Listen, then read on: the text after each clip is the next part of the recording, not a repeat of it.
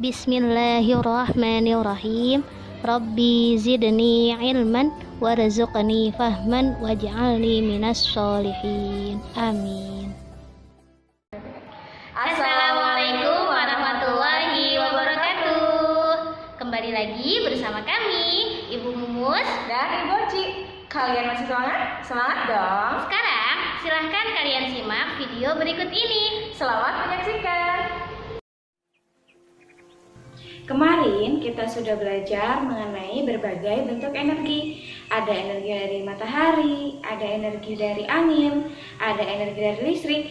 Nah, hari ini kita akan belajar mengenai energi bunyi. Bunyi termasuk ke dalam sebuah energi. Energi bunyi adalah energi yang menghasilkan bunyi. Contohnya, seperti ketika kita memiliki sebuah alat musik, drum atau gendang, lalu kita bisa letakkan pasir di atasnya. Ketika kita bunyikan drum tersebut, maka pasir yang ada di atas drum bisa bergerak. Pasir merupakan sumber daya alam yang ada di alam. Sumber daya alam adalah segala sesuatu atau kekayaan yang berasal dari alam. Nah, kekayaan tersebut dapat dimanfaatkan oleh manusia. Contohnya, sumber daya alam adalah misalkan pegunungan, laut, sungai, dan lain segala hal yang ada di alam. Sungai adalah perairan yang ada di daratan. Nah, sungai mengalir dari hulu ke hilir, melewati perkotaan dan perdesaan. Nah, sungai berasal dari air hujan, embun, dan mata air. Nah, sungai memiliki banyak manfaat. Manfaat yang pertama adalah sebagai sarana transportasi. Yang kedua, sebagai tambak untuk ikan-ikan. Contohnya seperti ikan gurame. Nah, yang ketiga adalah sebagai perairan di sawah-sawah. Nah, selain itu, sungai juga bermanfaat untuk diambil pasir dan kerikilnya. Nah, pasir dan kerikil digunakan sebagai bahan untuk membangun rumah, membangun jalan, dan lain sebagainya. Salah satu manfaat sungai yaitu untuk perairan di sawah. Nah, sawah merupakan sumber daya alam yang bisa dimanfaatkan oleh manusia. Contohnya, tanaman yang hasil panennya dimanfaatkan oleh manusia yang pertama adalah padi, yang kedua adalah semangka, yang ketiga adalah jagung, yang keempat adalah tebu, yang kelima kapuk, dan yang terakhir adalah cabai. Tapi kita juga bisa menanam hasil pertanian yang lainnya. Tidak hanya yang tadi Ibu sebutkan saja ya.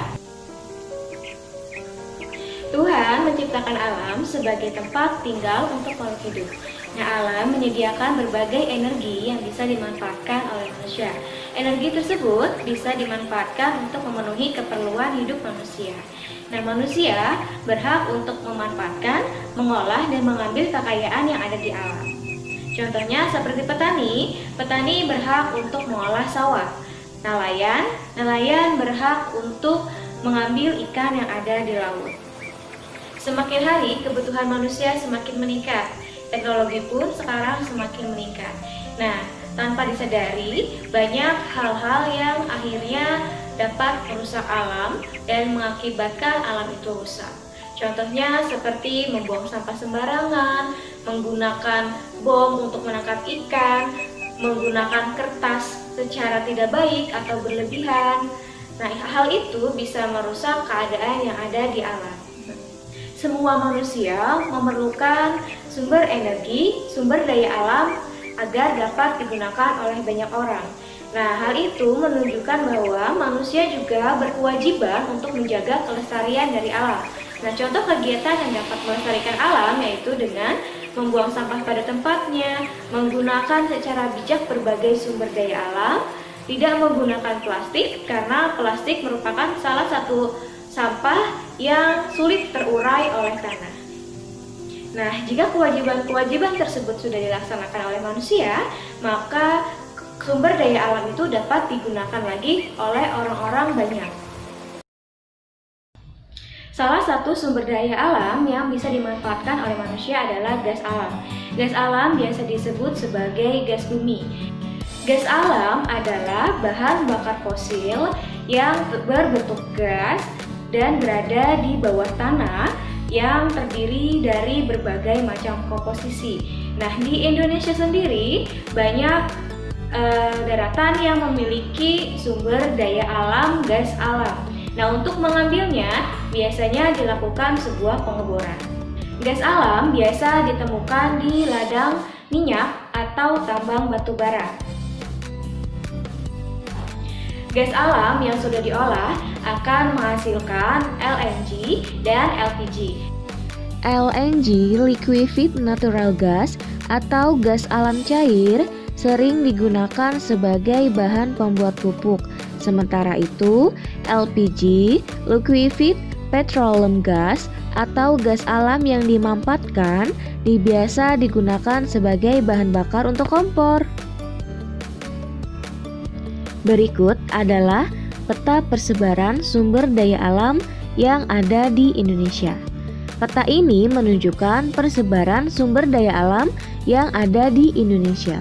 Sumber daya alam tersebut berupa hasil hutan, tanaman pangan, dan tanaman industri. Hasil hutan di Indonesia berupa rotan dan kayu.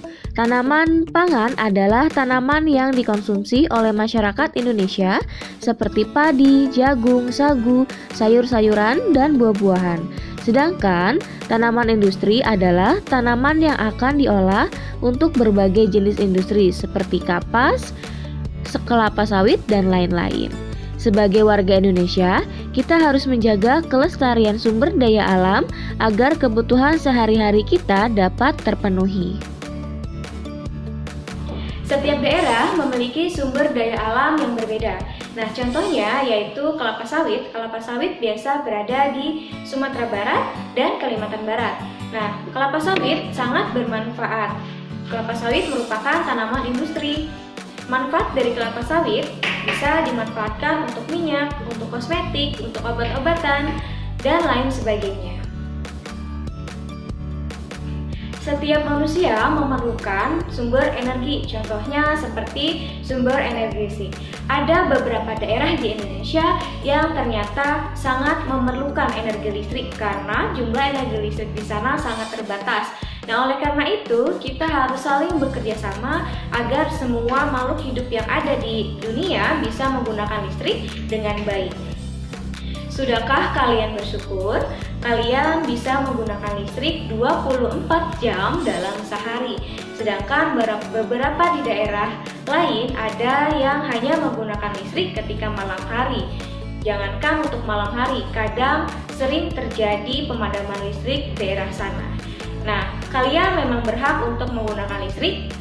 Oleh karena itu, kalian juga berkewajiban untuk melakukan penghematan listrik agar semua manusia, semua makhluk hidup yang ada di sini, di Indonesia, di dunia, bisa menggunakan energi listrik dengan merata. Sekarang kalian kerjakan latihan berikut.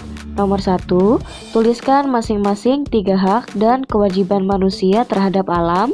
Nomor 2, jelaskan manfaat sumber daya alam yang ada di halaman 62.